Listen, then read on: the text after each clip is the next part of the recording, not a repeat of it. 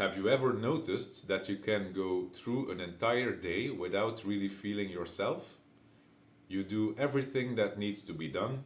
You work, take care of others, answer messages, maybe even exercise. From the outside, everything seems normal. But underneath it all, there's a strange feeling.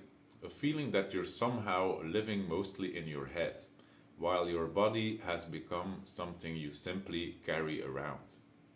And the interesting thing is, many people don't even realize this is happening, because disconnection from the body doesn't always look dramatic. In fact, it often looks completely normal. Over the years, both in my own life and through my work as a Tantra massage therapist since 2018, I've observed that many women who come for a session are not disconnected because they've done something wrong. Most of the time, it's simply something they learned. And in this video, I'd like to share some of the hidden signs that may indicate you're more disconnected from your body than you realize, and why this matters much more than most people think. One of the most surprising things about body disconnection is that it rarely feels abnormal. When you've lived a certain way for years, it becomes your normal. You may assume that constantly thinking, planning, worrying, analyzing, and staying productive is simply who you are. But being constantly busy mentally doesn't necessarily mean you're deeply connected to yourself. Many people have become experts at functioning while feeling very little.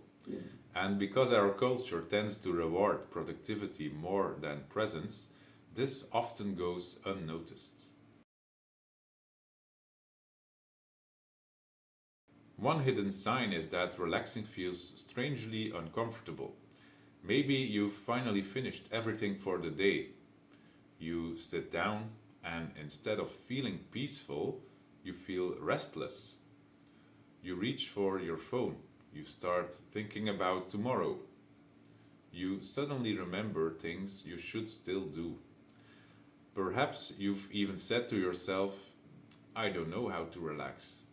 If this sounds familiar, you're certainly not alone. One of the things I often notice is that for many people, slowing down doesn't immediately feel safe. Their nervous system has become so accustomed to being alert and active that stillness itself can feel unfamiliar. And what feels unfamiliar often feels uncomfortable. Not because relaxation is dangerous, but because the body has forgotten how to trust it. Another sign is that you spend most of your time thinking rather than feeling. You analyze situations endlessly. You replay conversations. You anticipate problems before they happen. You think about emotions instead of experiencing them. And perhaps people even describe you as intelligent, responsible, or thoughtful. Those qualities are beautiful, but sometimes the mind becomes so dominant that there is very little space left for the body. Have you ever asked yourself a simple question like, what am I feeling right now? And realized you honestly don't know? That lack of awareness is more common than people realize.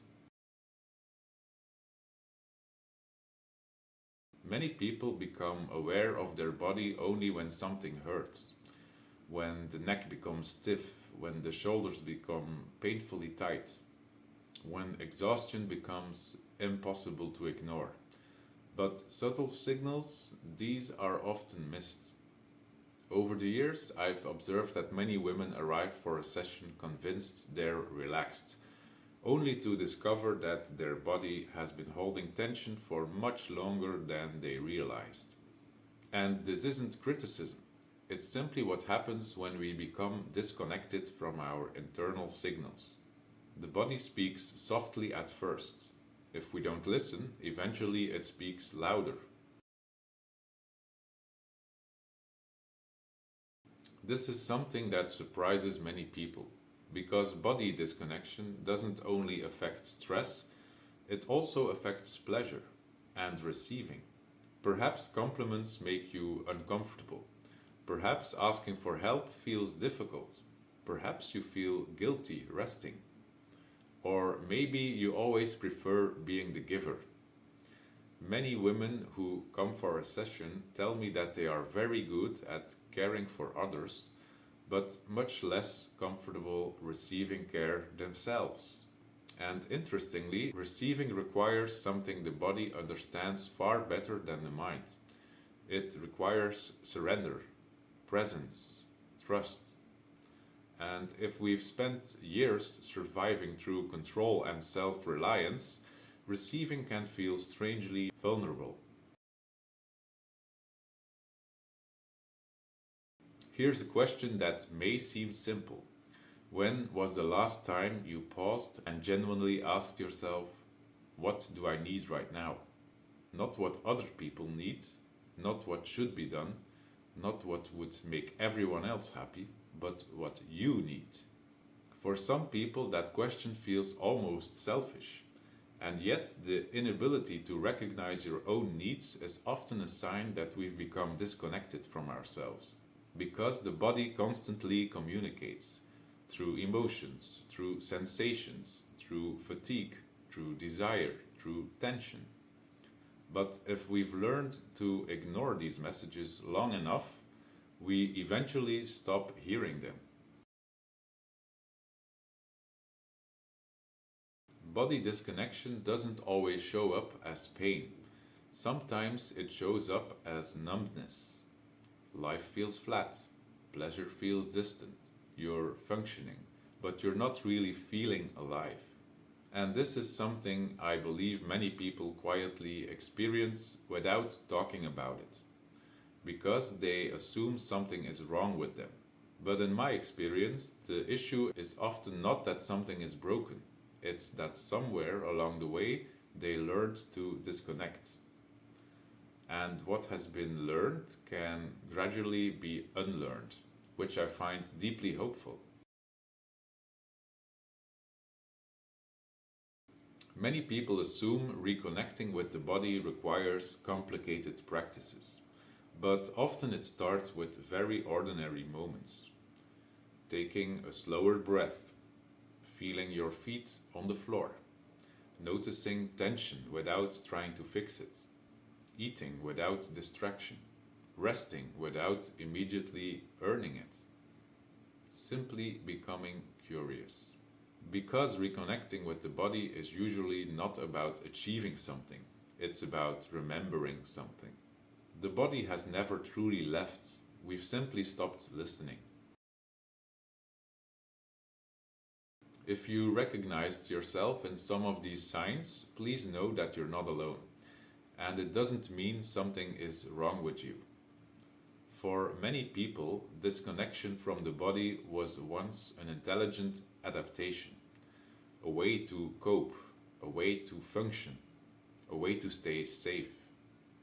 But there comes a moment when surviving is no longer enough, and perhaps the invitation becomes not to do more, but to feel more, to slow down, to listen, and to gently rediscover the wisdom that has been with you all along. If this video resonated with you, you may also be interested in my free receiving pattern quiz and accompanying ebook. They can help you better understand some of the hidden beliefs, habits, and protective strategies that may make receiving support, care, appreciation, intimacy, or even rest more difficult than it needs to be. You can download them through the link below the video. And if you'd like to continue exploring topics such as receiving, self worth, embodiment, emotional awareness, trusts, and authentic connection, you'll also find an invitation there to join the free Tantra Topics community. Thank you for watching, and if you enjoyed these conversations, feel free to like, subscribe, and join me again in the next video.